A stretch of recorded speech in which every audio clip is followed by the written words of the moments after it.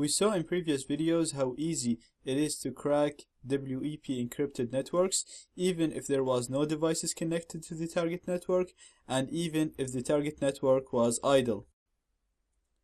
We also explained a number of methods to inject packets into the traffic and cause the number of data to increase very rapidly so that we can crack the WEP key in a very short period of time.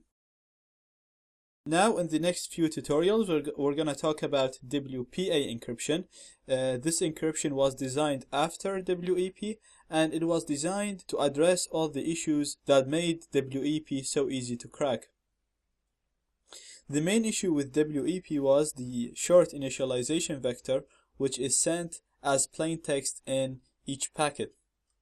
The short initialization vector meant that the possibilities of having a unique IV in each packet can be exhausted in active networks. So when we were injecting packets or in natural active networks, we will have more than 2 packets that have the same IV.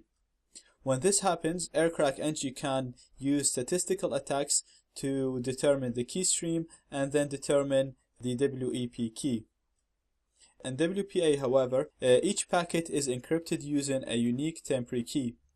This means that the number of data packets that we collect is irrelevant. Even if we were able to collect 1 million packets, these packets are not useful because they do not contain any information that can help us crack the WPA key.